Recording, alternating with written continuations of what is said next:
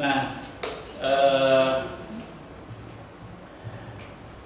karena firman-Nya cukup padat, ya, jadi saya sudah mengemasnya dalam bentuk PowerPoint, ya, supaya bisa diikuti dengan lebih cepat, ya. Oke, jadi kita bisa mulai.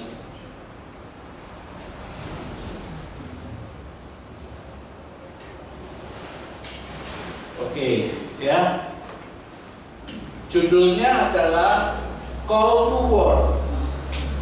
Yesus masih mencari prajurit-prajurit yang mau melakukan peperangan rohani, bukan untuk kepentingannya sendiri, tapi untuk menegakkan kerajaan Tuhan atas bumi ini. Amin. Ya. Oke. Sekarang kita masuk ke subtema. Ya, judulnya menarik. 3 janda dalam satu rumah. 3 janda dalam satu rumah. Oke, kita lihat sebentar.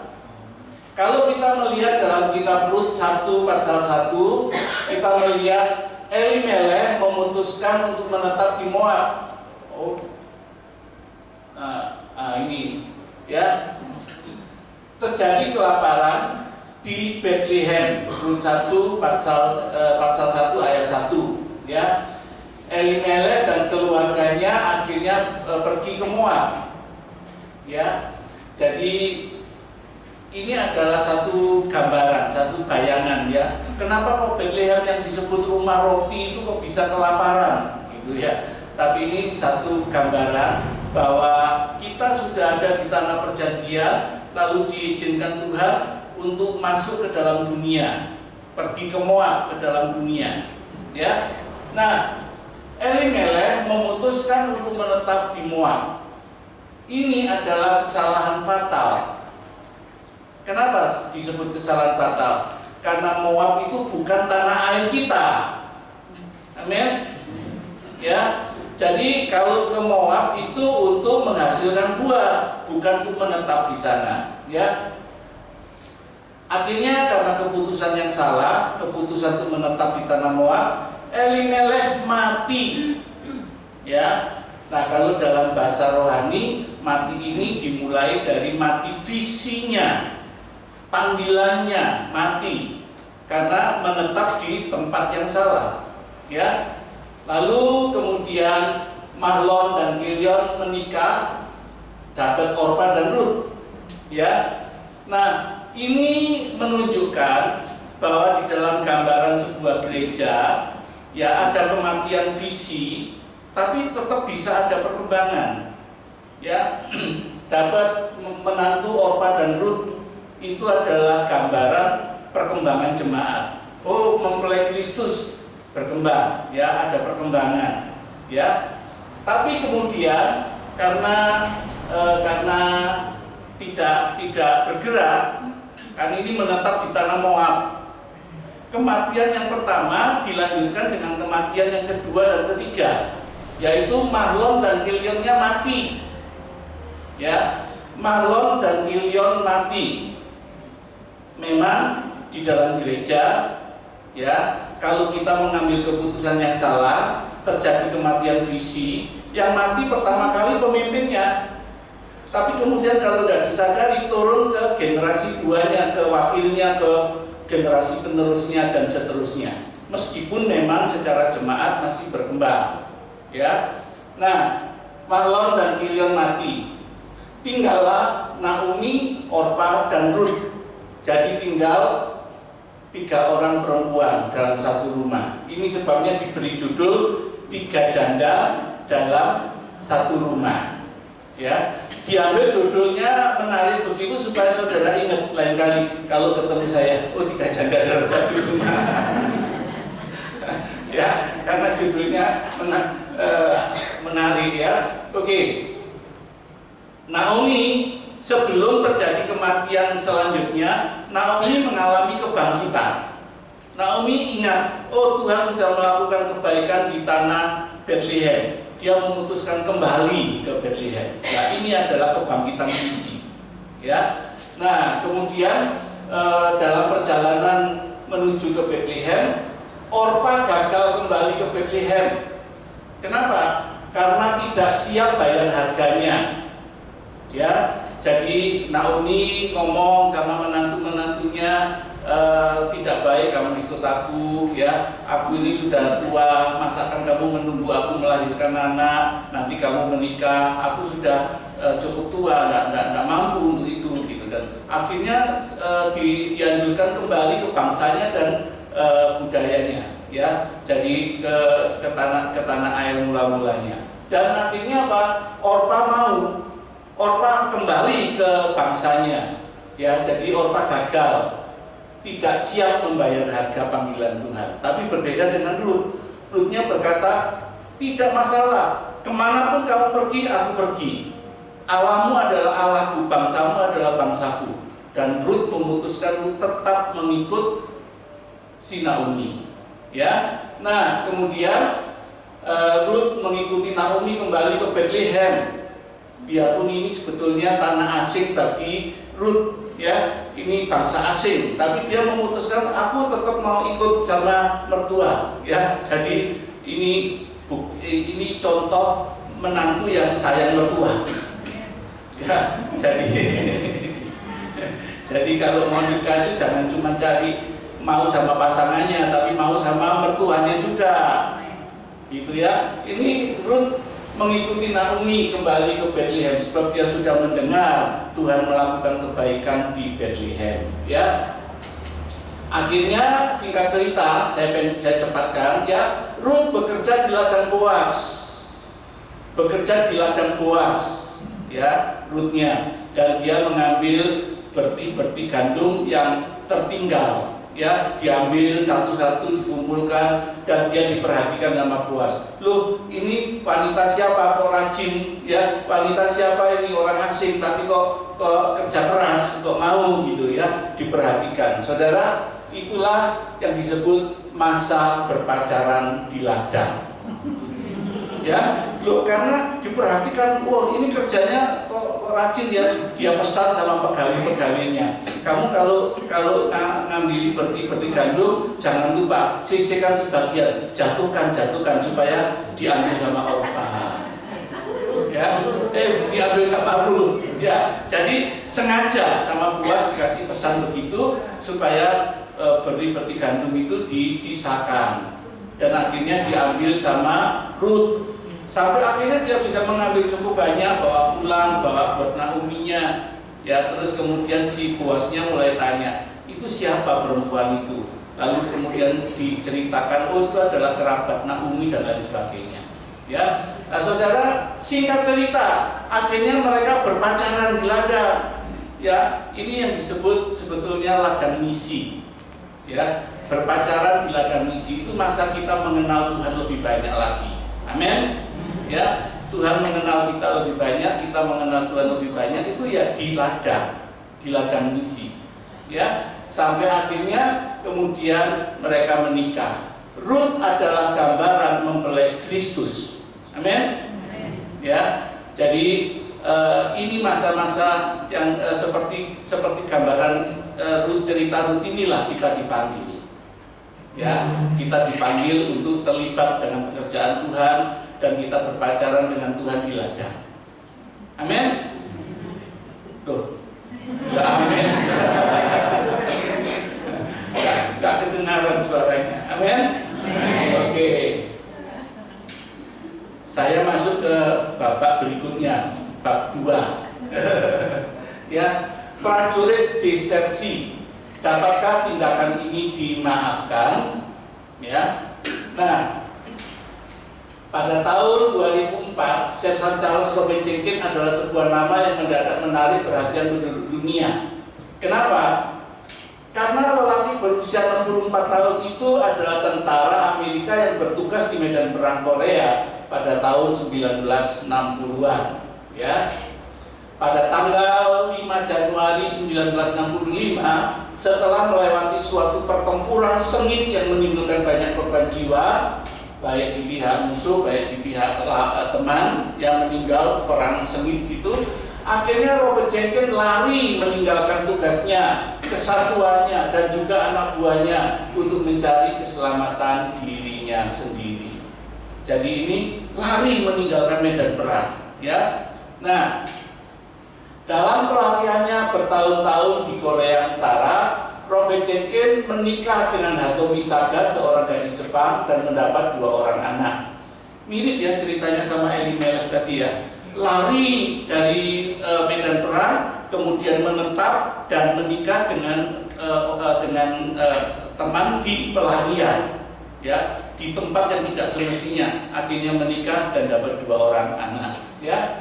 Nah, tetapi mereka harus hidup berpisah pada saat Hatomi Saga dan kedua anaknya memutuskan kembali ke Jepang setelah perang selesai, ya. Setelah perang selesai, akhirnya Hatomi Saga memutuskan kembali ke Jepang karena dia sudah capek ya di medan perang, ya. Nah, Robert Jenkins tidak bisa mengikuti keluarganya karena dia takut terhadap kejaran tentara pemerintah Amerika Serikat, ya. Karena dia kan dicari, dia kan dianggap MIA, Missing in Action, ya. Jadi dia sembunyi di area medan perang itu, ya. Dia menyembunyikan diri dan akhirnya memelihara keluarga di sana. Sekarang setelah bersembunyi selama 39 tahun karena kerinduan yang sudah tak tertahankan lagi untuk bertemu istri, anak, dan cucunya yang hidup jauh di seberang lautan, Robert Jenkins akhirnya memberanikan diri tampil di depan umum dengan harapan pemerintah Amerika sudah melupakan kesalahan masa lalunya. Apalagi sekarang ia sudah usur, ya, sudah 39 tahun. Itu masa panjang atau masa pendek? Panjang, ya. Dan si Robert Jenkins ini sudah jadi tua. Dan dia akhirnya memberanikan diri tampil dengan pikiran, oh kan kesalahannya sudah bertahun-tahun yang lalu, ya. Jadi dia berharap pengampunan dari pemerintah Amerika Serikat, ya. Nah, saudara, tetapi dalam kenyataannya pemerintah Amerika Serikat tetap menangkap dirinya dan mengadili Robert Jenkins. Ternyata harapannya nggak tercapai. Dia muncul, ditangkap sama pemerintah Amerika Serikat, diadili, ya. Nah, mengetahui suaminya ditangkap pemerintah Amerika Serikat, Hatomi Saga bersama anak, mantu, dan cucunya tidak mau tinggal diam, ya. Mereka meminta bantuan pemerintah Jepang untuk melobi pemerintah Amerika Serikat. Jadi G2G, government to government, ya. Minta supaya tolong dong supaya Robert Jenkins itu diberi keringanan hukuman atau dibebaskan, begitu ya. Nah, agar memberikan pengampunan kepada Robert Jenkins dengan mengingat umurnya yang sudah usur, punya istri, anak, cucu, punya jasa-jasa masa lalu pada negara, dan terutama karena peperangan sudah lama berakhir. Perangnya sudah selesai. Jadi dengan harapan dapat pengampunan, akhirnya Hatomi Saga berjuang, ya. Nah, saudara, karena lobby pemerintah Jepang, akhirnya pemerintah Amerika Serikat menjatuhkan hukuman ringan kepada Sersan Charles Robert Jenkins, ya, diberi hukuman ringan. Hukumannya ada 4, ya. Kita lihat.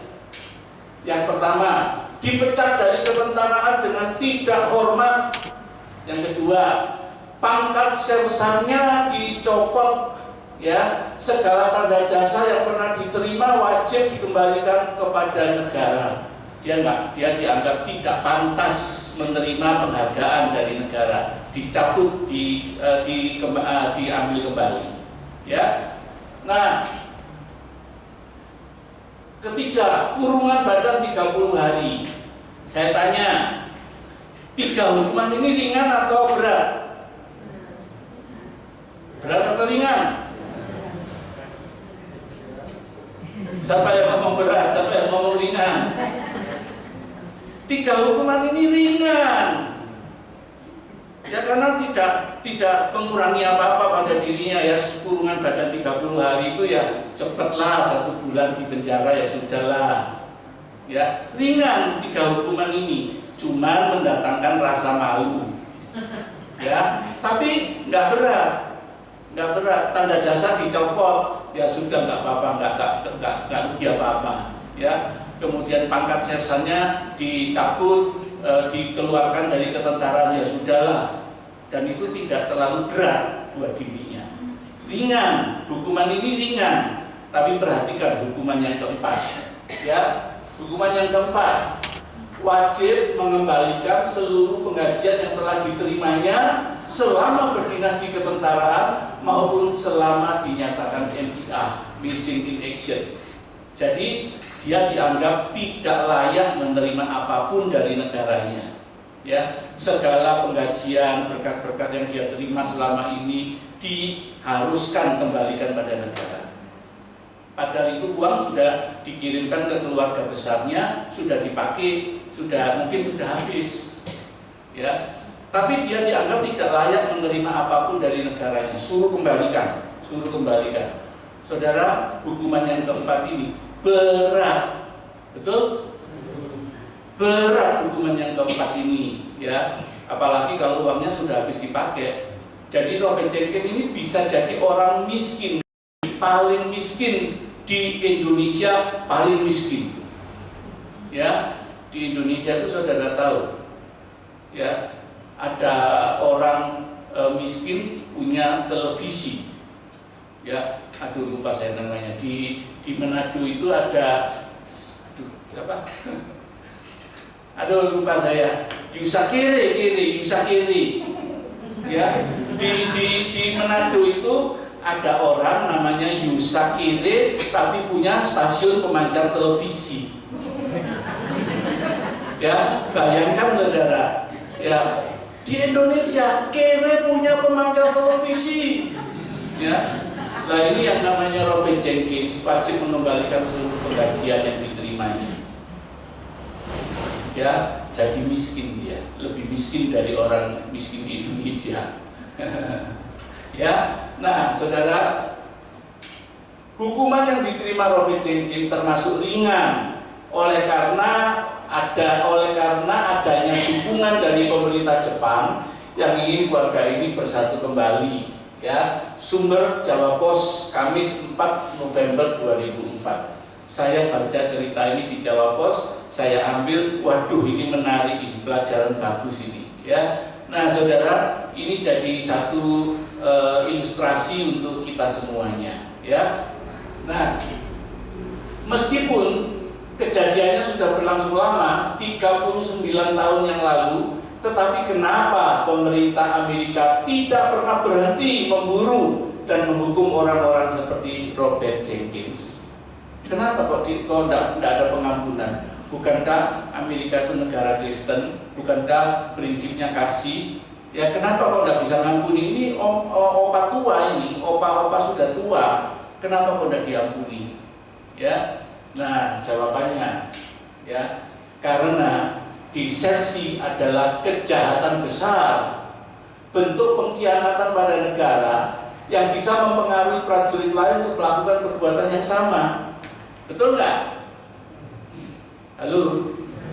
Betul nggak?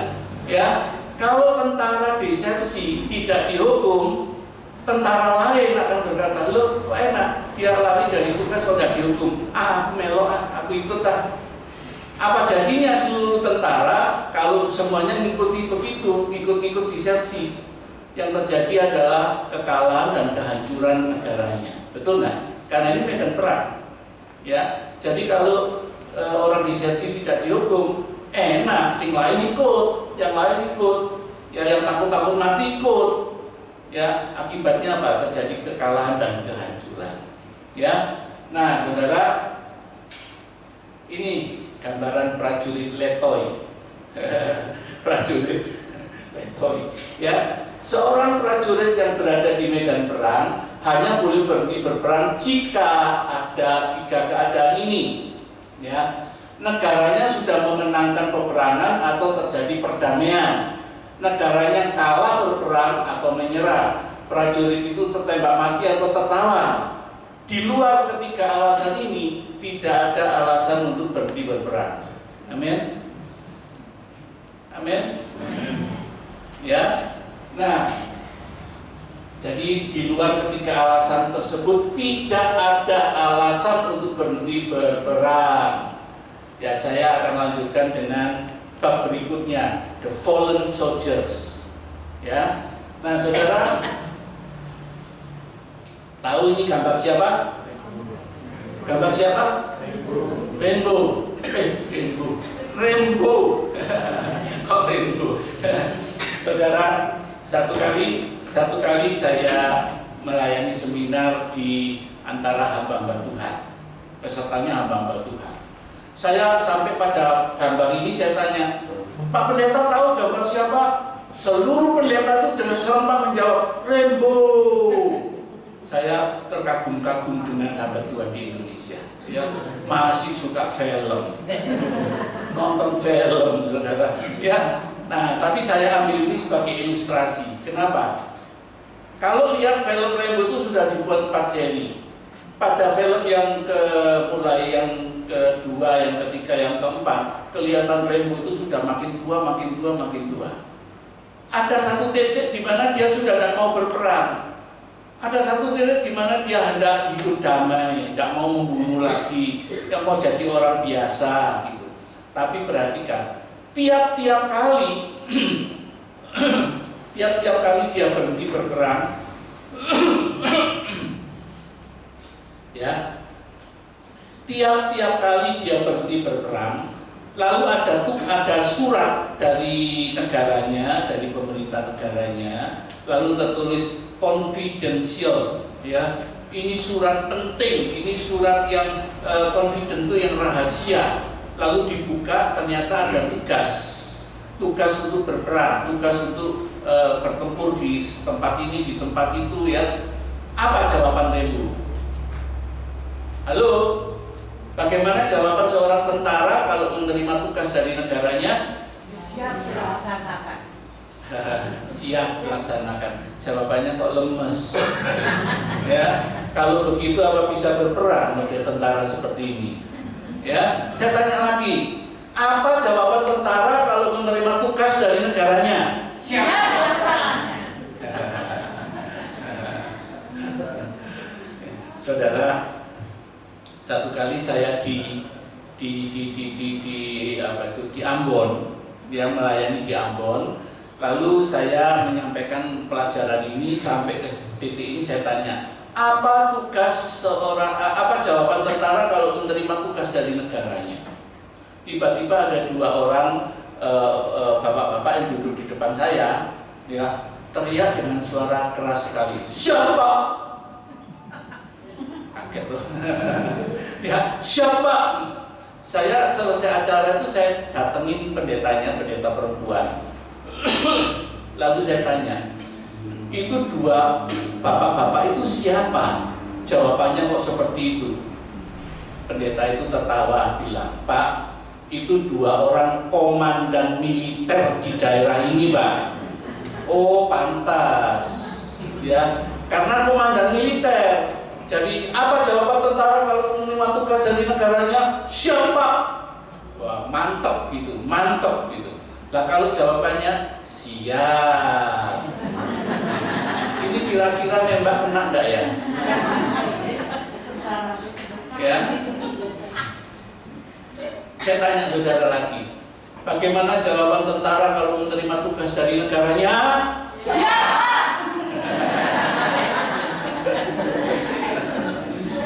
Nah, itu sudah lumayan lah kalau nembak kena sebelahnya.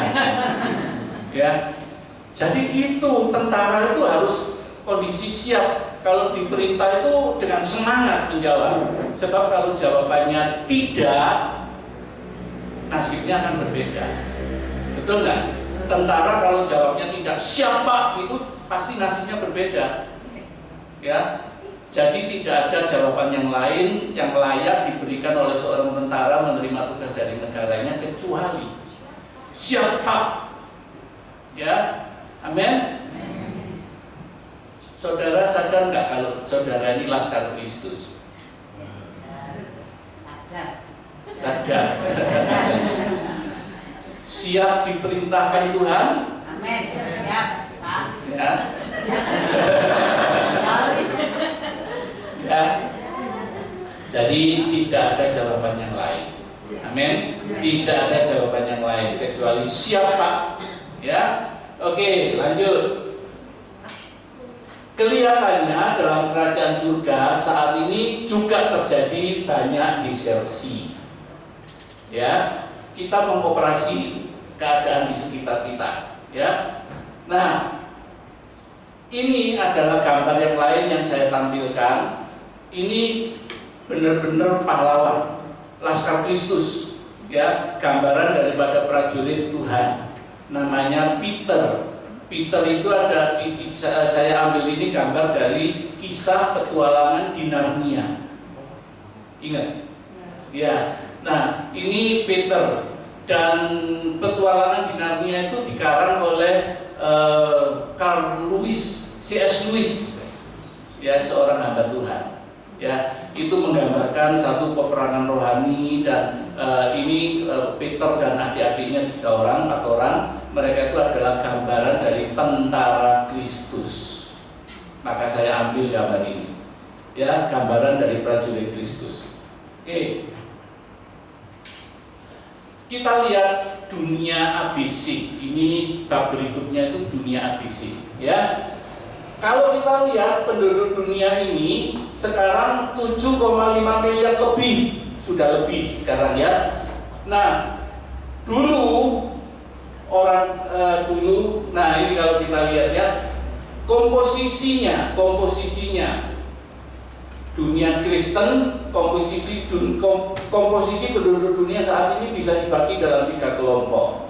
Yang pertama, dunia Kristen sudah mendengar dan percaya Injil, itu jumlahnya 33%. Itu yang dunia warna kuning, ya, dunia warna kuning, tahu ya, dunia kuning ya. Nah, itu disebut dunia C, ya, pelajaran misi, dunia C. C itu Christian, ya. Lalu dunia warna hijau, dunia non Kristen, ya, sudah mendengar tapi belum percaya Injil, jumlahnya 43%. Sudah dengar, sudah diberitakan Injil, tapi belum merespon, belum mau. Ya, itu jumlahnya 43%.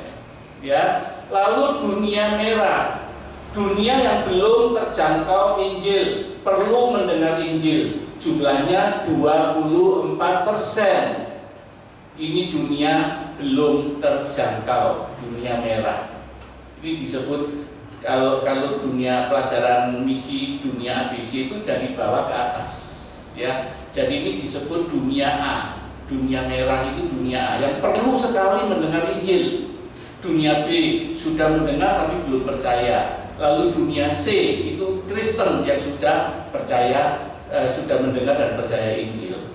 Nah, ini dunia ABC. Saudara, peperangan kita itu di medan perang warna apa? Lalu katanya prajurit Kristus ya harus tahu medan perangnya ya. Saudara berperang di daerah warna apa? Merah, betul. Merah saja. Merah dan hijau. Bagaimana dunia kuning? Siapa yang bilang kuning daerah peperangan? Angkat tangan. Tetap berperang. Ya. Nah, saudara, kita berperang di daerah merah dan hijau. Kuning itu seharusnya menjadi daerah pertahanan kita. Amin. Ya, jadi di daerah Kristen antar gereja segala macam itu harusnya rukun bersatu. Ya, ingat doa Tuhan Yesus dalam Yohanes 17. Ya Bapa, satukanlah mereka sebagaimana Kau dan Aku satu adanya. Jadi harusnya dunia kuning itu dunia pertahanan. Ya, bagaimana kalau kalau kita berperang di semua medan? Ya, kalau di merah berperang, di hijau berperang, kemudian di dunia kuning berperang, bagaimana? Capek, Tidak ada tempat untuk istirahat. Betul nggak? Ya, dan pasti akan kalah karena nggak pernah istirahat. Kita nggak tahu yang di sebelah kita ini kawan atau lawan, nggak tahu. Ya, biarpun sama-sama Kristennya, tapi belum tentu dia ini kawan kita. Siapa tahu musuh dalam selimut. Ya, jadi akhirnya apa? Tidak pernah merasa aman. Akhirnya kalau perang kalah. Saudara, ada satu rahasia kemenangan tentara Amerika terhadap tentara Iran waktu itu. Irak ya. Pada waktu itu kan terjadi perang dengan Irak, ya, Amerika dan Irak berperang. Lalu kemudian tembak-menembak ya, pada pagi hari, siang hari, sore hari tembak-tembakan begitu. Lalu malam hari itu kan harusnya waktu istirahat, ya. Pada waktu mau istirahat itu Amerika itu kurang ajar, ya pintar tapi ya sedikit kurang ajar, ya. Dia tembak daerah Irak itu ditembak dengan apa? Pornografi, ya, dikasih tayangan-tayangan wanita cantik telanjang pornografi, sehingga akhirnya apa? Tentara Irak itu tidak bisa istirahat. Kalau siang perang, kalau malam nonton pornografi, ya, akhirnya tidak bisa istirahat, dia kecapean, dan kalau pada waktunya perang, nembaknya luput semua, ya, tidak tipis. Kenapa? Karena sudah capek, matanya lelah, tidak ada waktu istirahat. Begitu juga dengan daerah ini. Kalau saudara berperang di semua daerah, maka saudara akan capek, tidak ada tempat untuk istirahat, dan yang ada adalah kekalahan. Betul nggak? Betul? Ya. Jadi harusnya kita amankan daerah kuning, itu daerah pertahanan, daerah di mana kita bisa istirahat. Ya. Tapi faktanya justru orang Kristen perangnya di daerah kuning. Loh, bener enggak? Gereja antar gereja berperang, rebutan jemaat, ya, dan lain sebagainya lah, ya, perangnya di daerah kuning. Akhirnya apa? Tidak ada kesatuan, tidak ada kekompakan, akhirnya cuma ada kekalahan. Ya, oke. Coba kita lanjutkan, kita lihat dana misi gereja per tahun, uang persembahan, uang perpuluhan, uang kolektor segala macam yang masuk ke dalam dunia Kristen itu total ada 157 miliar US dollar. Gede loh itu, besar itu. Coba dibelikan dawet, ya, semua orang kebagian, ya. Nah, saudara perhatikan penggunaannya, lihat penggunaannya sekarang, ya. 94% beredar di daerah kuning, ya. 5,5% untuk daerah warna hijau, dan hanya 0,5% untuk dunia merah. Imbang enggak? Ya, coba saudara perhatikan, dunia Kristen itu cuma 33%, menghabiskan 94% dana gereja, ya. Daerah hijau itu 43%, cuma dapat 5,5% dari total dana yang masuk di gereja, ya. Kemudian daerah merah 24%, tapi hanya dikucurkan dana 0,5%, ya. Saudara, tidak imbang, ya. Kelihatan di sini bahwa gereja tidak menyediakan dana yang cukup untuk peperangan rohani. Setuju kan? Ya. Nah, kalau tidak menyediakan dana yang cukup untuk peperangan, bagaimana bisa menang? Ya. Coba lihat pengeluaran gereja yang terbanyak itu apa sih? Ya. Pengeluaran gereja yang terbanyak itu untuk kegiatan momen Natal, Pasca. Itu kalau sudah mengeluarkan dana itu bisa besar-besaran, gede-gedean. Betul nggak? Kalau merayakan Natal dulu, ya, kaum pria kaum wanita, kaum anak-anak, kaum remaja, kaum pemuda. Habis itu cari apa lagi ya yang bisa ya? Oh, Natal bersama. Pokoknya, waduh itu dan menghabiskan dana besar sekali. Ya, kalau itu belum cukup, belum puas, apalagi yang masih bisa dikorbankan, yang masih bisa diberikan. Oh, bikin acara ulang tahun gereja. Ya, ulang tahun gereja dipestakan besar-besaran. Setelah itu ulang tahun apa lagi ya? Ulang tahun kaum wanita, kaum pria, kaum dewasa muda, kaum anak-anak, kaum pemuda remaja. Padahal itu orangnya yang diundang ya orang-orang yang sama. Datang juga. Kalau itu tidak puas lagi, apa yang dilakukan? Kita harus adakan pesta lagi untuk apa ya? Untuk Bapak Pendeta ulang tahun. Bikin pesta untuk Bapak Pendeta. Habis itu apa lagi masih kurang? Ibu Pendeta, anak pendeta. Waduh, itu semua menghabiskan banyak sekali dana. Makanya habisnya 94% dana gereja tidak keluar dari gereja. Ya, saudara, bukankah ini menyedihkan? Kelihatan bahwa gereja tidak menyediakan dana untuk peperangan rohani. Ya, oke, ini saya bicara dari hasil penelitian loh. Jangan saudara tuduh, oh Pak Heru benci gereja. Ya, ini hasil riset dari lembaga misi. Ya, oke, kita lihat lagi. SDM misionaris. Ada lebih dari 308.000 orang misionaris di seluruh dunia. Tapi kalau dilihat penyebarannya, ya 90,8% beredar di daerah kuning atau melayani di daerah kuning. Ya, kemudian 8,1% melayani di daerah hijau, daerah non-Kristen. Ya.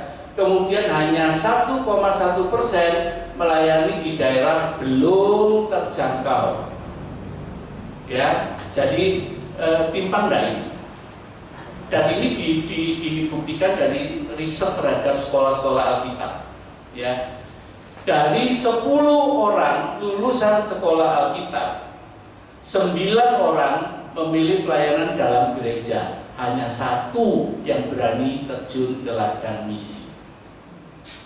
Wow, kelihatan bahwa gereja tidak menyediakan tentara yang cukup untuk perang. Ya, padahal kalau dilihat kembali ya, daerah hijau itu 43% loh jumlahnya, daerah merah itu 24%. Tidak imbang. Ya, kita mesti lihat secara realita, melihat penelitian, hasil riset ya. Nah, saudara, kita lihat lagi. Sekarang kalau kita lihat dana untuk pelayanan TV dan radio per tahun dihabiskan 3 miliar US dollar. Pelayanan radio, pelayanan televisi habis 3 miliar US dollar. Tapi kalau dilihat penyebarannya 99,9% itu pelayanan ditujukan ke daerah kuning. Ya. Kemudian daerah hijau hanya 0,09%, 1% aja tidak ada, tidak cukup. Ya, hanya 0,09%.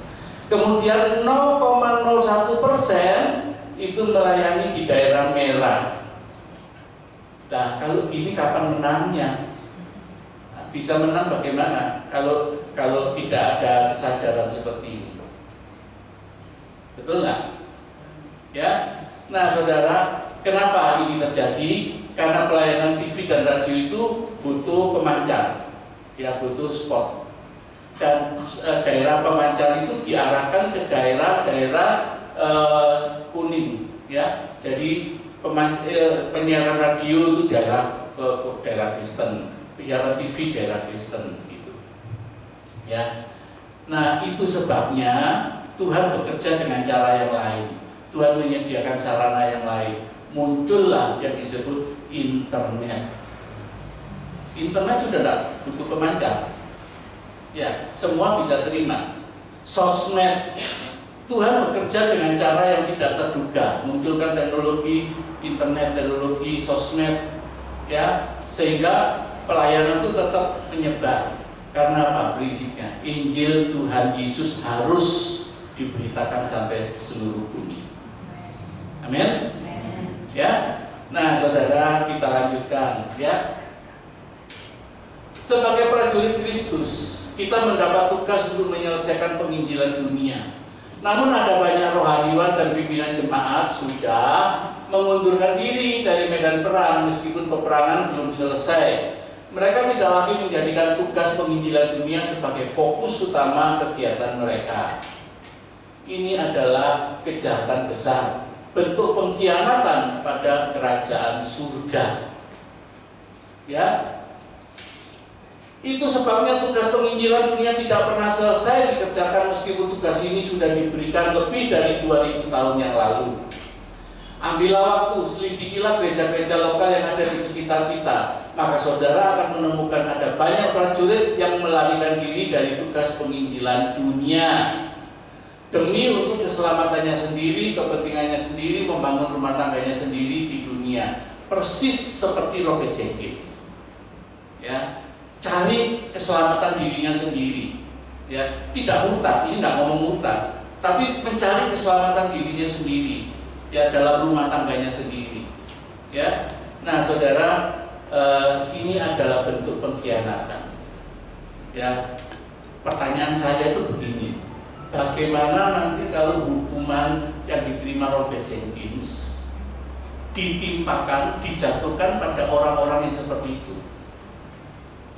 Ya, yang tidak mau berperang, yang lari dari tugas.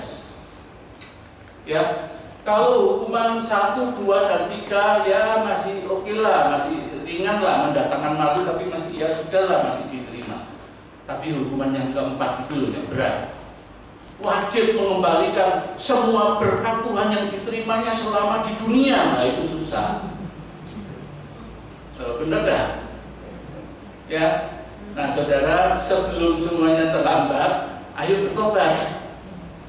Ya. Nah, saudara, kita lanjutkan, ya. Seperti itulah keadaan banyak gereja lokal di seluruh dunia. Banyak rohaniwan dan pimpinan gereja tidak lagi memobilisasi dan memulihkan jemaatnya untuk menyelesaikan tugas penginjilan dunia, tetapi sibuk dengan kegiatan internal. Pemulihan dilakukan, tapi tidak ada pemutusan, karena semuanya dipakai untuk membangun dan memperbesar rumah tangga denominasinya sendiri di dunia. Amin. Ya, kita bisa lihat, telitilah. Ya, saya tidak memberikan paparan data yang buta dengan saudara. Saudara teliti sendiri, coba lihat keadaan gereja-gereja sekarang. Apakah ini terjadi enggak? Ya. Nah, saudara, ini adalah desersi rohani massal yang mempermalukan kerajaan surga. Ya. Nah, kita mesti merubah keadaan ini, dimulai dari diri kita sendiri. Amin. Amin.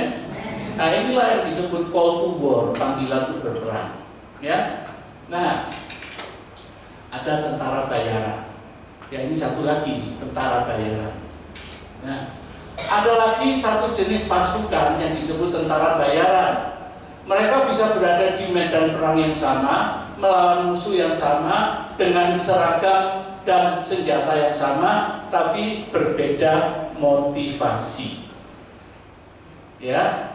Nah, tentara nasional berperang untuk kepentingan bangsa dan negaranya, sementara tentara bayaran berperang untuk kepentingan siapa yang bayar. Ya. Jadi kalau dia, ya, tentara bayaran semacam ini fokusnya hanya pada bayaran, bukan pada tujuan nasional. Tentu saja loyalitas dan kesetiaannya berbeda dengan tentara nasional. Ya. Nah, bulan ini mereka dibayar oleh si A, maka mereka berperang untuk si A. Ya, tergantung siapa yang bayar. Ya. Bulan depan mereka dibayar oleh si B, maka mereka akan berperang untuk si B. Ya, tergantung siapa yang bayar. Ya. sekarang ini kan banyak hamba Tuhan ya disetir ya oleh persembahan yang dia terima, betul nggak? Betul. Ya, jadi tergantung siapa yang bayar. Ya, nah saudara, kalau goal pribadinya sudah tercapai, mereka bisa berhenti sewaktu-waktu. Ya, jadinya tergantung, aku puas enggak dengan bayaran yang terterima. Kalau sudah puas, sudah tercapai goalnya, ya berhenti. Ya, mereka bisa santai, mereka bisa berhenti begitu ya. Nah, dalam kerajaan Tuhan tentara bayaran semacam ini juga ada. Bagaimana dengan saudara, termasuk tentara nasional kerajaan surga atau tentara bayaran dalam pelayanan kita? Apakah kita ini sudah jadi tentara nasional kerajaan surga atau kita ini tentara bayaran? Ya tergantung aku dibayar siapa. Ya, oke. Reinhard Bonnke berkata, ya, gereja yang tidak mencari jiwa-jiwa yang terhilang adalah gereja yang terhilang. Orang Kristen yang tidak terbeban mencari jiwa-jiwa yang terhilang adalah orang Kristen yang terhilang. Saudara perhatikan ini yang di gambar bawah ini, perhatikan. Ini orang loh, orang yang hadir dalam pembangunan rohaninya Reinhard Bonnke. Itu orang itu. Jadi bukan gambar batu-batuan, bukan gambar rumput-rumputan, bukan. Itu orang manusia yang hadir dalam namanya Millennium Crusade, pembangunan rohaninya Reinhard Bonnke. Ya, luar biasa. Ya. Nah, saudara, lanjut. Topik berikutnya, peperangan yang aneh. Ada satu peperangan yang aneh tertulis dalam kitab 1 Samuel 17 ayat 3 dan 4. Ya. Orang Filistin berdiri di bukit sebelah sini dan orang Israel berdiri di bukit sebelah sana dan lembah ada di antara mereka. Lalu tampillah keluar seorang pendekar dari tentara orang Filistin namanya Goliat dari Gat. Mungkin inilah bentuk peperangan teraneh yang pernah terjadi sepanjang sejarah. Ya. Di sana ada prajurit mulai dari tamtama sampai jenderal. Di sana ada beragam senjata baik untuk menyerang maupun untuk bertahan. Ya, di sana ada kereta dan kuda. Di sana ada beragam bentuk pelatihan-pelatihan. Ya, di sana ada banyak rapat dan penyusunan strategi. Bahkan mereka bisa mendengar dan melihat musuhnya. Semua yang diperlukan untuk peperangan itu ada di sana, di medan perang. Tapi yang paling penting itu tidak ada, ya. Yang paling penting itu apa? Peperangannya sendiri tidak ada. Ya, kenapa tidak terjadi peperangan? Karena masing-masing, ya, karena peperangan yang sesungguhnya itu ada di lembah, ya. Dan jika kita mau berperang, kita harus berani turun ke lembah, keluar dari zona aman kita. Ya, bagaimana bisa berperang kalau yang satu di bukit sebelah sini, yang satu di bukit sebelah sana. Terus mereka bisa lihat, bisa dengar musuhnya, tapi nyenggol tidak bisa, nyentuh tidak bisa. Kenapa? Karena di bukitnya masing-masing. Ya, nah, jangan-jangan peperangan rohani sekarang modelnya kayak gitu. Ya, koar-koar, teriak-teriak, Tuhan kita dahsyat, Tuhan kita hebat, tapi di atas perbukitannya sendiri. Kalau keluar, suaranya nggak kedengaran lagi, ya, alias jago kan kandang, ya. Nah, saudara, perbukitan memang tempat yang baik untuk memulihkan stamina yang lelah, menyusun strategi, mengadakan rapat-rapat, ya, mengadakan pelatihan-pelatihan atau beragam kegiatan lainnya. Tetapi perbukitan bukanlah tempat yang baik untuk menyerang. Ya, kalau mau berperang harus turun ke lembah, menyerang musuh di sana. Jika mau berperang kita harus berani turun ke lembah, karena peperangan yang sesungguhnya ada di lembah. Ya, di lembah itu Goliat berdiri menantang, mencari lawan. Ya, nah itu dicari siapa yang berani turun ke lembah melawan Goliat. Dan Tuhan mendapatkan seorang pemuda yang bernama Daud. Amin. Coba baca Alkitab saudara dengan teliti. Saudara tidak akan menemukan satupun ayat yang mengatakan Tuhan berkata kepada Daud, "Wahai Daud, majulah perang, lawan Goliat, kalahkan dia. Tidak ada perintah itu. Tapi Daud ini datang di medan perang, hatinya panas karena melihat nama Tuhan dilecehkan, diolok, dan dia akhirnya berkata, siapakah orang tidak bersunat itu yang berani melecehkan nama Tuhan? Dia berkata kepada Saul, biar hambamu ini maju melawan dan mengalahkan dia. Tidak ada loh perintah Tuhan. Coba baca firman Tuhan. Ya, tidak ada loh perintah Tuhan. Ya, orang sekarang itu kalau mau diajak pelayanan kan, bentar, aku sembahyang dulu, boleh enggak disuruh oleh Tuhan enggak? Ya, doakan orang sakit, ini ada yang perlu didoakan. Sebentar, aku mau tanya Tuhan, boleh enggak doakan orang sakit? Ya, terus akhirnya setelah berdoa datang, ya Tuhan berkata boleh, terus orangnya sudah mati. Kenapa? Karena kelamaan berdoanya. Ya, jadi seperti itulah. Ya, Tuhan tidak mencari generasi Daud yang berani berperang karena nama Tuhan dilecehkan. Bagaimana kondisi saudara? Apakah saudara masih berperang atau sudah melarikan diri dari peperangan? Ya. Apakah penginjilan untuk meraih jiwa-jiwa yang terhilang masih menjadi fokus pelayanan saudara? Ya, tak peduli kepahlawanan apa yang pernah saudara lakukan di masa lalu bagi kerajaan surga, yang terpenting adalah bagaimana kondisi saudara saat ini. Apakah saudara masih berperang atau tidak? Ya, saya banyak ketemu sama pendeta-pendeta tua. Ya, kalau saya cerita peperangan itu, oh iya, om dulu waktu masih muda, om melakukan ini, melakukan itu. Oh iya, waktu berapa tahun yang lalu, 30 tahun yang lalu, 40 tahun yang lalu, wah, om semangat 45 melakukan ini dan itu. Ya itu bagus sih. Tapi apa gunanya untuk diberitakan sekarang? Yang terpenting adalah bagaimana kondisi kita saat ini. Amin.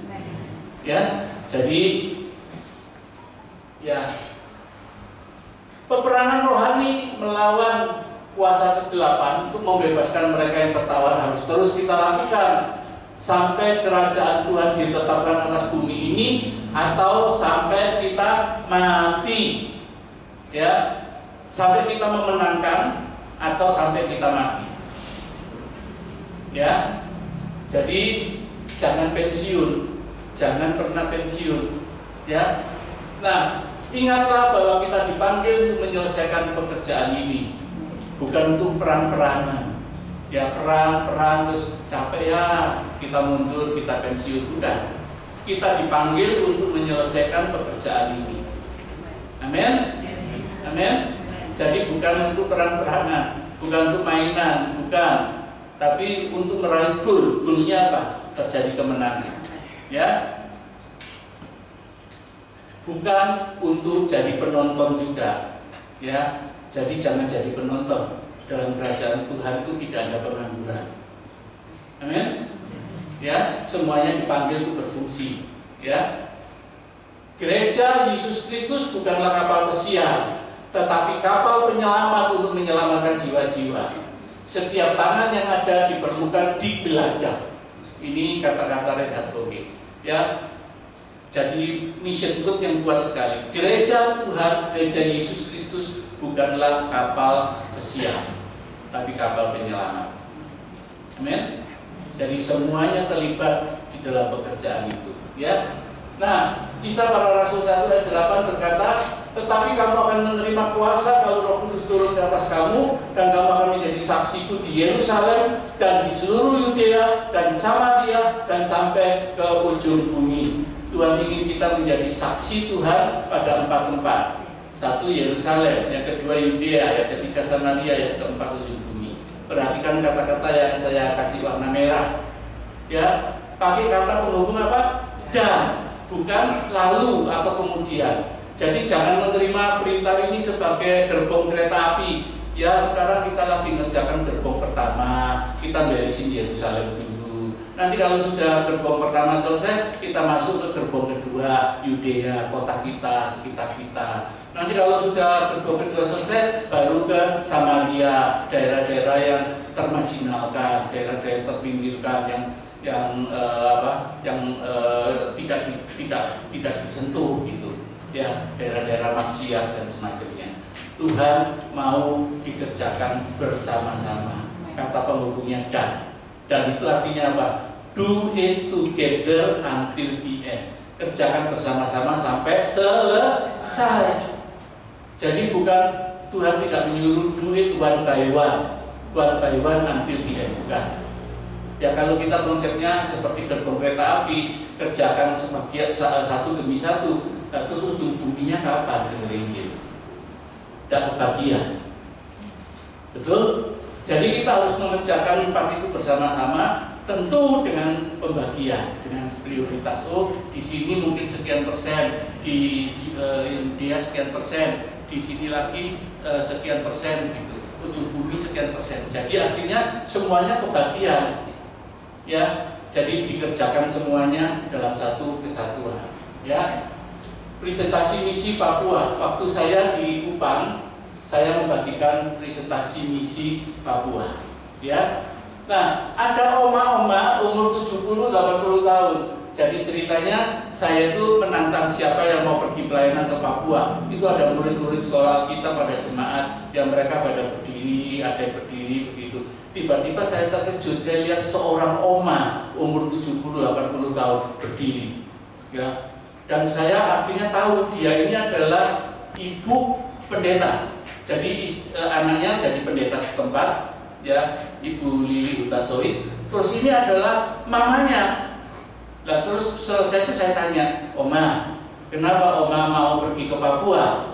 Kan saya tantangnya ke Papua.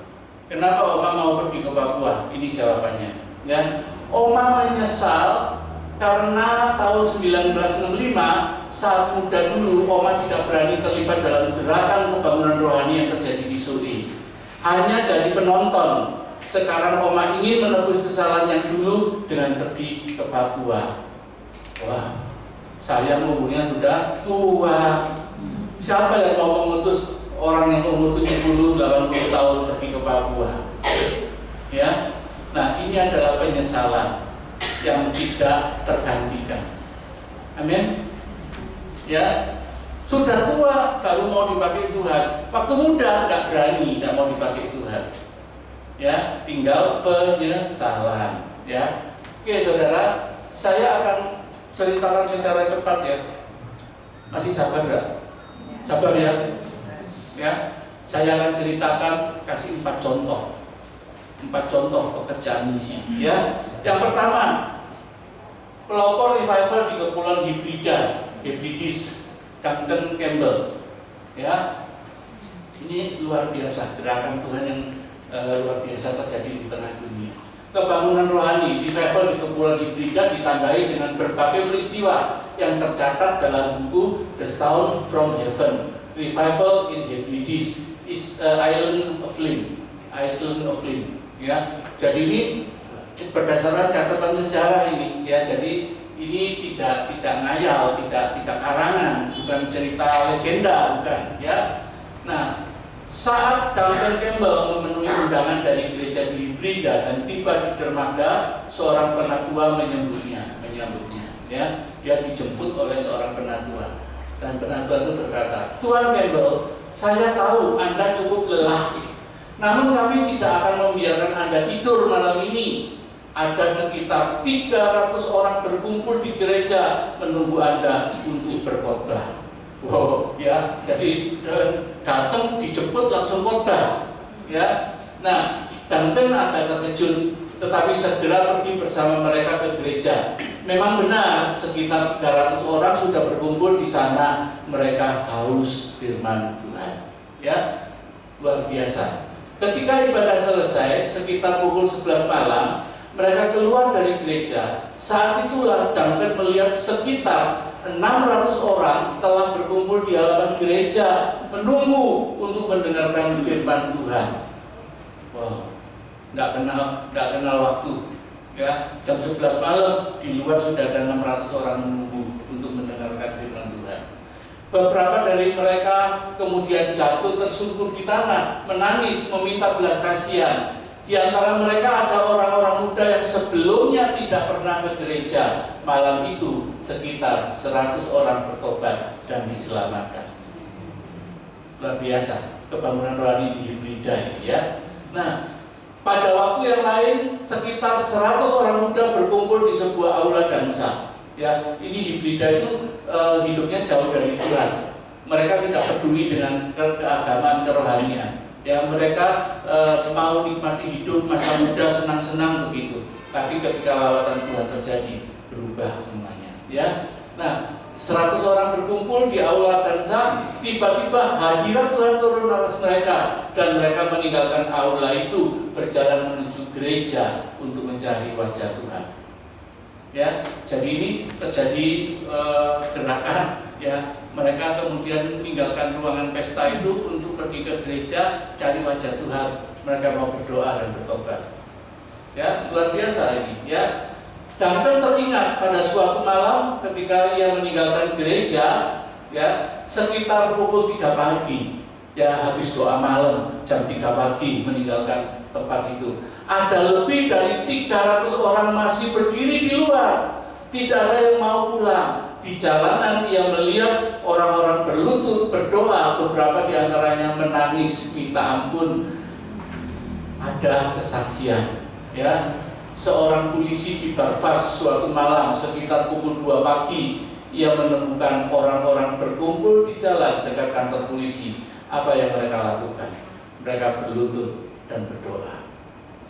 Wow, lawatan Tuhan luar biasa ketika hadirat Tuhan turun. Ya, orang-orang dijamah di jalan-jalan, mereka berlutut berdoa, mereka mengalami hadirat Tuhan.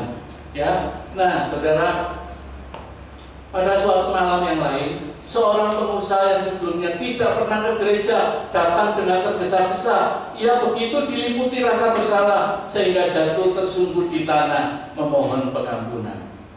Ya, pengusaha, usahawan kena hadirat Tuhan dan mereka bertobat. Saudara, suatu malam Duncan berangkat ke sebuah desa bersama beberapa orang.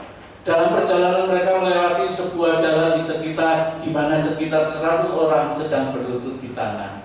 Ya, jadi pergi pelayanan ke desa, Duncan melihat di tepi-tepi jalan itu ada 100 orang, yang kurang lebih 100 orang berlutut berdoa.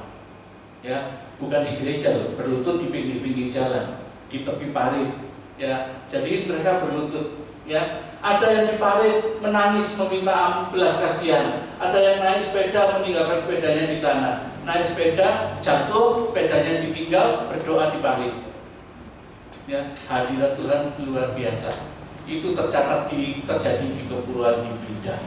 Nah, saudara, mereka pun pergi ke sebuah rumah untuk berdoa, dan rumah itu segera penuh sesak. Orang-orang terus berdatangan hingga jalan di luar rumah itu juga dipenuhi orang-orang yang berdoa. Ya, luar biasa. Ini peristiwa ini tengah malam, menjelang pagi, ya, menjelang subuh, ya, seperti itu. Di tempat lain, Duncan mendengar kabar bahwa sekelompok nelayan yang sedang berada di laut tiba-tiba diliputi rasa bersalah yang mendalam. Mereka kembali ke daratan mencari pendeta, mau bertobat. Hadirat Tuhan terasa bahkan sampai ke tengah lautan, saudara. Nelayan yang mencari ikan di sana tiba-tiba diliputi hadirat Tuhan, lawatan Tuhan terjadi, diliputi penyesalan akan dosanya. Ya, saudara, ini terjadi secara luar biasa. Demikianlah kebangunan rohani itu berlangsung malam demi malam, siang demi siang, selama berbulan-bulan. Tidak ada program manusia yang bisa menjelaskannya. Itu murni pekerjaan Roh Kudus. Amin. Ya. Nah, saudara, bagaimana revival Hibrida terjadi? Saat ada orang yang terbeban melihat keadaan bangsanya yang hidup jauh dari Tuhan dan mulai mengambil waktu untuk berdoa syafaat, revival bisa terjadi, kebangunan rohani bisa terjadi. Ya. Lalu di Hibrida Tuhan menemukan ada 2 orang nenek tua yang mau bersyafaat bagi bangsanya. Ini asal mula revival itu terjadi. Ya. Nah, saudara, ini adalah 2 orang nenek tua yang mengawali kebangunan rohani di Hibrida. Ya. Peggy Smith umur 84 tahun, dia buta. Dan yang satu adalah Christine Smith, itu adiknya, 82 tahun, lumpuh sebagian. Ya, karena sudah tua. Ya, 84 sama 82. Ya sudah satu buta, satu lumpuh sebagian, mereka nggak bisa ke gereja, ya mereka cuma bisa ngambil waktu untuk bersyafaat. Ya, nah saudara, beban mereka begitu berat sehingga mereka berdua memutuskan untuk meluangkan banyak waktu untuk berdoa syafaat 2 kali seminggu. Pada hari Selasa dan Kamis, 2 perempuan tua itu berlutut mulai pukul 10 malam dan tetap berlutut hingga pukul 3 atau 4 pagi di sebuah pondok yang sangat sederhana. Wow, ya nggak bisa apa-apa. Sudah tua, sudah penglihatan segala sudah kurang tajam, ya. Akhirnya cuma bisa berdoa, ya. Nah, saudara, sebuah penglihatan datang. Mereka melihat gereja penuh dengan anak-anak muda, penuh sesak sampai ke pintu, dan seorang pendeta yang tidak dikenal berdiri di mimbar. Dan itulah wajah Duncan Campbell. Jadi mereka ini tidak kenal Duncan Campbell. Cuma waktu mereka berdoa, dapat penglihatan, ada seorang pendeta berdiri di mimbar berkhotbah. Dan kemudian mereka cari tahu siapa pendeta itu. Pendetanya mengenali, oh itu Duncan Campbell. Lalu diundang datang, ya. Nah, saudara, luar biasa. Lalu mereka mengajak pendeta dan penatua untuk berdoa malam 2 hari dalam seminggu. Ada sekitar 10 orang yang meresponi mau berdoa. Mereka panggil pendetanya, bilang, aku terbeban, aku mau ajak berdoa. Lalu mereka ajak penatua berdoa. Ada 10 orang yang mau, ya, 2 kali seminggu doa malam, ya. Lalu kemudian seorang pemuda penatua mengangkat tangannya lagi dan berdoa, Tuhan, apakah tangan saya bersih? Apakah hati saya murni? Tetapi ia tidak selesai berdoa ketika ia roboh di lantai gudang itu. Ya, jadi pada waktu dia mengangkat tangan berdoa, Tuhan, apakah tanganku bersih? Pada waktu itu dia mengalami hadirat Tuhan, jatuh roboh, dan kemudian pada saat yang sama lawatan Allah datang atas pulau mereka. Ya, jadi kejadiannya waktu doa. Ya, nah pelayanan 10 hari jadi 2 tahun. Akhirnya Duncan bersedia datang 10 hari. Karena jadwalnya datang, ketika diundang, undangan pertama, undangan kedua, Duncan tidak mau datang. Aku jadwal penuh, sudah terisi, sudah penuh kegiatan, tidak bisa datang. Tapi karena dipaksa terus, dua perempuan itu berkata, dia pasti mau, sebab apa? Dapat penglihatan dari Tuhan. Akhirnya Duncan memutuskan, ya sudahlah, aku mau datang, cuma 10 hari. Ketika Duncan datang 10 hari, dia kemudian melihat lawatan Tuhan terjadi begitu intens. Dia akhirnya nggak jadi pulang. Dia akhirnya tinggal di situ selama 2 tahun, terlibat dalam pembangunan rohani di Hebrida. Ya, nah, Duncan berkali-kali berkata, saya ingin menegaskan bahwa saya tidak membawa pembangunan rohani ke Hebrida. Saudara-saudara terkasih, saya tidak melakukan itu. Kebangunan rohani telah ada bahkan sebelum saya menginjakkan kaki di pulau ini. Ya, saudara, Duncan Campbell berkata, bukan aku yang jadi pembawa kebangunan rohani. Itu terjadi karena orang-orang berdoa. Aku hanya alat, aku hanya sarana yang Tuhan libatkan. Ya, jadi itu, saudara perhatikan. Orang tua juga bisa dipakai Tuhan melahirkan sebuah kegerakan misi. Amin. Ya, berapa banyak orang tua di sini? Ya, berapa banyak yang sudah umurnya 70-80 tahun? Ya, Peggy Smith dan Christine Smith bisa dipakai Tuhan. Saudara pun bisa. Amin. Ya, jadi tua bukan jadi alasan untuk tidak dipakai Tuhan. Bahkan ini Peggy Smith itu buta, yang Christine Smith itu lumpuh sebagian. Ya, tapi bisa dipakai Tuhan. Ya, nah, Oswald J. Smith, ya, gagal jadi misionaris karena alasan kesehatan. Ya, ini contoh yang berikutnya. Saat mau daftar sebagai misionaris, ia ditolak dengan alasan kesehatan tidak memungkinkan. Ia memang sakit-sakitan dan badannya lemah. Bahkan saat kecil orang tuanya berpikir umurnya tidak panjang. Ya, ini seorang anak yang lemah sakit-sakitan, ketika dia mau daftar misionaris dia ditolak. Orang tuanya ya ngomong, ya memang dia lemah, dia kesehatannya kurang. Bahkan aku tidak berpikir kalau dia ini umur panjang. Ya, nah, bagaimana respon Oswald C. Smith ketika dia ditolak jadi misionaris? Ya, nah, bagaimana reaksinya saat ditolak? Ia merespon. Perhatikan, ini respon Oswald C. Smith. Jika aku tidak bisa pergi, maka aku akan mengutus 1.000 orang menggantikanku. Ya, dia tidak menyerah. Dia tidak ngomong, ya wis lah, kalau memang aku nggak bisa pergi ya sudah. Enggak seperti itu. Dia berkata, jika aku nggak bisa pergi, aku akan mengutus 1.000 orang menggantikanku. Ya, lalu kemudian apa yang dia lakukan? Ya, nah, The People Church, gereja misi di Toronto, Kanada. Kemudian hari Oswald C. Smith jadi pendeta dan mendirikan The People Church di Kanada. Berbeda dengan gereja pada umumnya yang berpusat pada kegiatan internal, sibuk dengan program-program gerejanya membangun kerajaannya sendiri, maka The People Church adalah gereja yang berpusat pada kegiatan misi keluar dengan konsep faith promise giving. Setiap jemaat diajak membuat janji iman, mendukung misionaris di berbagai belahan dunia. Wow. Jadi dia membagikan formulir janji iman, dibagikan semua. Ditantang jemaatnya, ayo memberi untuk ladang misi, dan jelas memberinya ke siapa? Pada misionaris di berbagai belahan penjuru dunia. Nah, saudara, dalam waktu singkat gereja rakyat ini bisa mengutus dan mensupport lebih dari 500 misionaris. Luar biasa, ya. Dia mengumpulkan persembahan dari jemaatnya, ternyata bisa dipakai membiayai 500 misionaris, ya. Nah, lalu Oswald C. Smith mulai melakukan 21 perjalanan keliling dunia, kunjungan misi ke kurang lebih 80 negara untuk melihat dari dekat kehidupan para misionaris tersebut, pelayanan yang dikerjakannya dan berbagai kebutuhannya. Ya, lalu ketika ia pulang, ia men-sharingkan semua pekerjaan misi itu ke berbagai gereja di Kanada sampai ke Amerika Utara untuk menggalang lebih banyak dana lagi. Ya, begitulah yang ia lakukan berulang-ulang sehingga dia bisa mengutus beribu-ribu misionaris lagi. Luar biasa ya. Jadi dengan faith promise giving, ya, jadi dia menantang jemaatnya untuk memberi. Ya, nah saudara, Oswald C. Smith dikaruniai umur panjang. Umurnya akhirnya sampai 96 tahun. Tidak mati-mati, saudara. Padahal dia waktu kecil dinyatakan mungkin tidak bisa dewasa. Ya.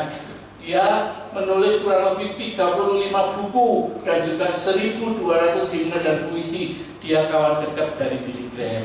Ketika dia meninggal, Billy Graham khotbah berkata, ini orang hebat, aku tidak pernah ketemu orang yang seperti ini. Luar biasa. Saudara, mungkin bagaimana kalau kita lakukan di tengah-tengah kita faith promise giving, ya, membagikan formulir, ayo dukung pekerjaan misi, tidak peduli berapapun dana yang terkumpul, tapi kita pakai untuk mengutus orang-orang ke ladang misi. Mau? Tidak ada suara. Mau? Halo? Ya. Nah, saudara,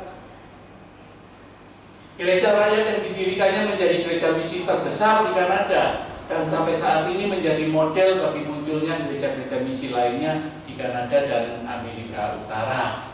Ya saudara, ini mission quote dari Oswald C. Smith. Dia berkata, no one has the right to hear the gospel twice while there is someone who doesn't hear it once. Ya, atau terjemahannya, tidak seorang pun layak mendengar Injil kali kedua, sementara di dunia masih banyak orang yang belum pernah mendengar Injil itu barang sekalipun. Luar biasa, kata-kata kuat ini.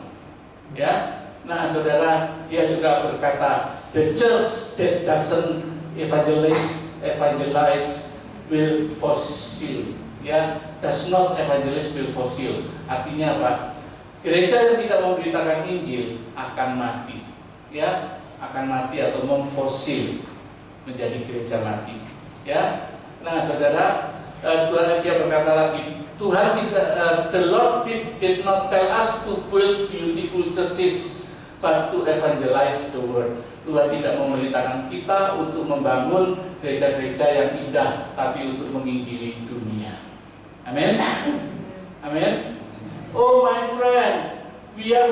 carried on with countless church activities, while the real work of the church that of evangelizing and winning the lost is almost entirely neglected. Ya, dia berkata, oh sahabat-sahabatku, kita dibebani dengan begitu banyak kegiatan gereja, sementara pekerjaan sejati dari gereja, yaitu menginjili dan memenangkan jiwa-jiwa terhilang, hampir sepenuhnya diabaikan.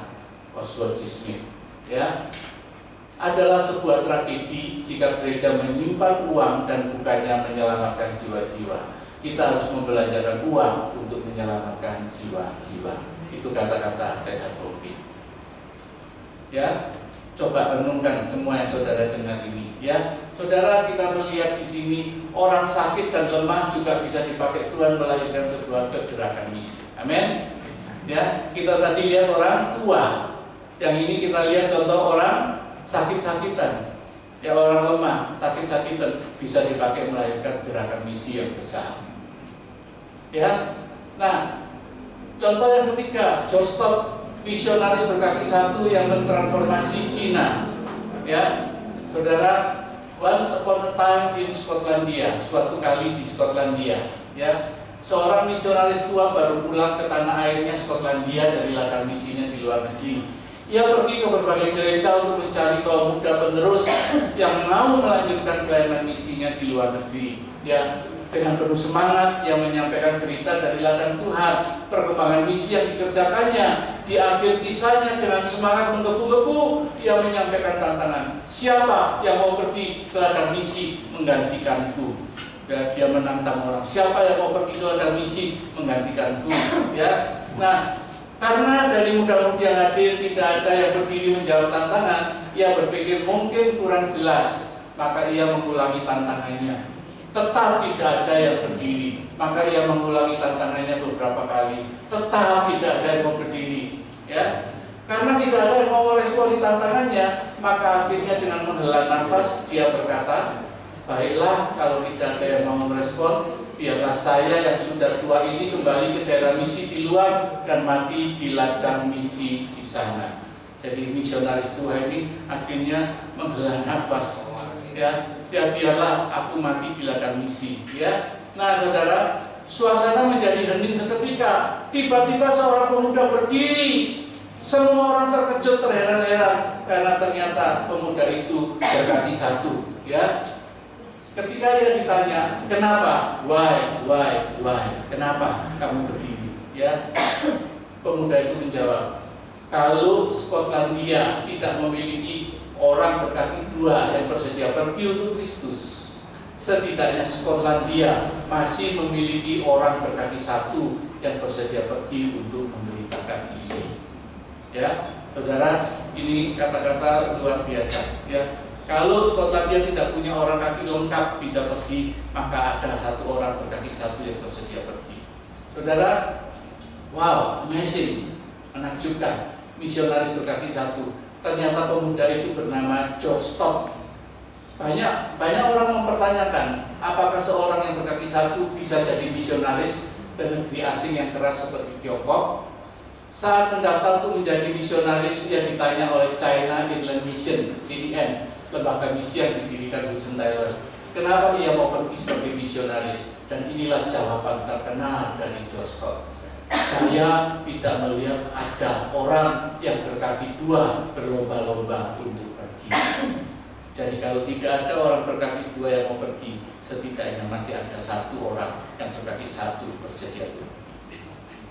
Luar biasa, ya. Nah, saudara, George Stott adalah seorang misionaris Skotlandia yang terkenal karena pelayanannya di Tiongkok, khususnya di kota Wenzhou, provinsi Zhejiang, sebuah daerah luas yang belum terjangkau Injil, daerah yang keras, daerah yang anti orang asing, ya, daerah anti dengan budaya, ya, budaya lain, ya. Sebagai warisan pelayanannya saat ini, kota Wenzhou dikenal sebagai salah satu kota di Tiongkok dengan jumlah orang Kristen terbanyak, banyak yang menyebutnya Yerusalemnya Tiongkok. Jadi daerah Wenzhou itu akhirnya menjadi dikenal sebagai ibu kotanya Yerusalemnya Tiongkok. Ya, luar biasa. Ya. Nah, jejak pelayanan George dan Christoph menjadi fondasi penting bagi pertumbuhan gereja di wilayah tersebut. Saudara perhatikan, ya, orang cacat juga bisa dipakai Tuhan melahirkan gerakan misi. Amin.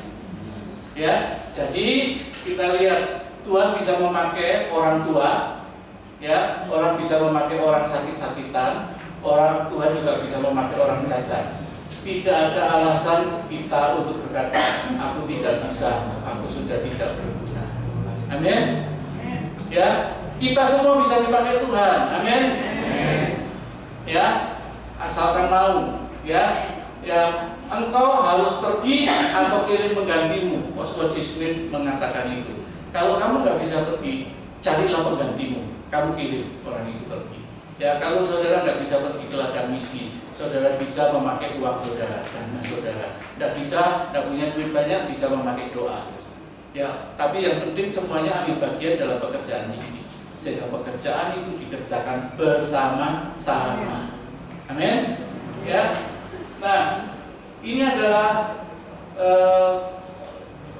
David Livingstone, ya, orang terkenal, penjelajah, dokter, misionaris, rasul bagi Afrika. Ini orang pergi menjelajah kemana-mana di Afrika. Bahkan ketika mati, saudara, ketika dia mati, jantungnya dicopot dari tubuhnya, dikuburkan di Afrika, sementara tubuhnya dibawa pulang ke Inggris dan dimakamkan di sana. Jadi ini satu orang, tapi makamnya dua. Yang jantungnya dan jerohannya itu ditanamkan di Afrika, yang tubuh fisiknya dibawa ke Inggris. Kenapa? Karena orang Afrika berkata, aku tidak mau David Livingstone pergi begitu saja. Kami berhutang budi sama dia. Kami mau dia juga dimakamkan di tanah kami. Jadi akhirnya karena Inggris juga meminta tubuhnya pulang, akhirnya bagi dua. Ya, jerohannya ditaruh di Afrika, tubuhnya dibawa ke Inggris. Ya, nah, David Livingstone mengatakan, ya, if a commission by an earthly king is considered a honor, how can a commission by a heavenly king be considered a sacrifice? David Livingstone. Ya, dengan kata lain, jika sebuah tugas dari Raja Dunia kita anggap sebagai suatu kehormatan, bagaimana mungkin tugas dari Raja Surga kita anggap sebagai suatu pengorbanan? David Livingstone. Amin. Coba saudara renungkan, ya, jika lo tugas dari Jokowi, saudara dikasih tugas, saudara kasih Prabowo, ya sekarang ada Jokowi lagi, dikasih tugas dari Prabowo, saudara merasa, oh, penghormatan luar biasa. Bagaimana tugas dari Raja, segala Raja? Tuhan ingin kita pergi memberitakan Injil. Amin. Amin. Halo, masih hidup? Masih hidup, ya? Ya, mari pemimpin, ya, saudara, mari renungkan semua renung firman Tuhan ini dan contoh-contoh yang saya berikan. Semoga ini bisa jadi berkat bagi saudara semuanya. Ya.